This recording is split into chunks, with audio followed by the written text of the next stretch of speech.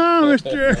Come in, give me a thumbs up. Hey, there we are. Look at that puppy. Whoa, all right. Hey, Joe Cummings, Missoula River Lodge, checking in after the last 8 days of fishing. I went fishing on my own. Some friends came over from Washington. Nate was nice enough to let us borrow his jet boat. I'd never run a jet boat before, and it was really fun.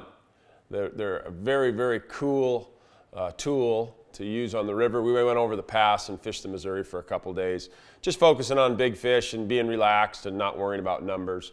We had some good luck a couple of days, and it was nice.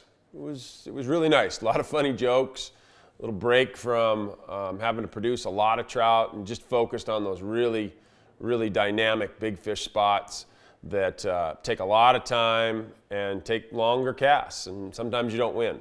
So nice break. In Missoula, we had really good conditions till that heat spell came through.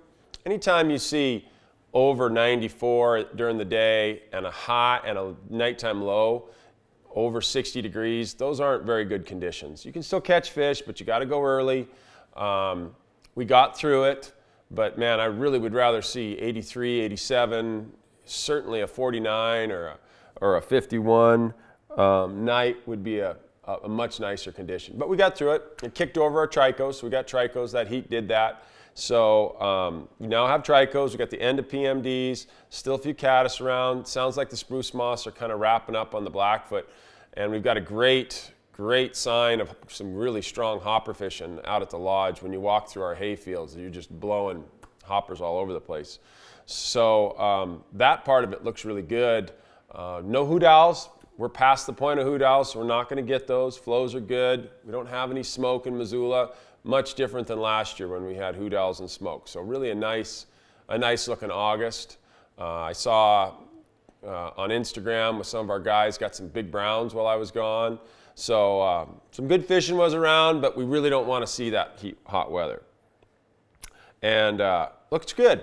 I mean, it looks good all the way out in terms of water temp, water flow, and what's going on with our terrestrial hatch this year. So stories from the river came from the upper Bitterroot. A buddy of mine was up there floating, and he'd put in early, so he was the first boat in, and he was headed down to lunch. And while he was at lunch, he looks upstream and he sees this raft, 3 dudes and a woman, basically pinwheeling down the river, not knowing what they're doing with the oars. There's kind of a little jam up there where they're not going to get hurt, but the boat's going to probably flip. And he's screaming at the guy. Guy's kind of looking at him like, what am I supposed to do? Boom, they pin the boat, roll the boat. He runs out there, and there's not that much stuff. Maybe a cooler, a small bag, and he picks it all up, gets the guys pulled over, gets the boat pulled out. Nobody's hurt. Nobody was going to get hurt. Pulls the guy aside and says, hey, can I speak to you privately? I'm really worried about you. You don't seem to have any idea what you're doing. I think it would be best if you park the boat. We'll walk you up to the road. We'll get you out of here. I'll come back later in the day, get your boat down to you. This isn't a good deal for you. The guy says, he says, well, this is the 4th wreck of the day, and I think we're getting pretty good at wrecking and picking our stuff up. So I think we'll be fine. It seems that rowing's harder than what I thought it was, but wrecking's pretty easy. We all have life jackets on. The gear that we lost, we're not going to find, and the gear that we have left is the stuff that floats. So I think we're good to go. My buddy says, okay, sounds good. They load up the boat, and then they head down the river, spinning their way down the river, and wrecking easily and rowing poorly.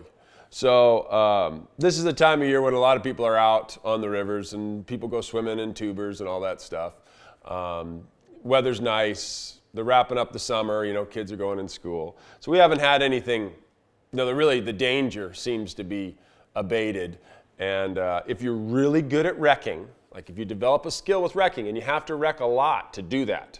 You can't just wreck once and then be like, oh, I got wrecking down. You have to do it multiple times. And if that skill is finely honed, then oaring's not that important. And you want to make sure you're light on gear, stuff that floats, and is easily seen, so when you yard sail, you can go pick it up. I hadn't thought of that. I don't know if I'm going to work on my wrecking skills. I'm probably going to stick with rowing as we move through the season. Yeah, probably going to stick with rowing. So have a good day. Had a nice recharged week. Looking forward to finishing the season out. We got about 10 weeks left. We're going to go from 100 degrees to snow by the end of October, if you can believe that. The shorts are going to start going away in about 5 weeks. Kids will be in school. So hope to see you before the season ends. And don't wreck or get good at it. You want to be really bad at wrecking. That should be something you just shouldn't do that much. But everybody does something on the river different. Have a good day. That's SMB, Joe Cummings, signing out.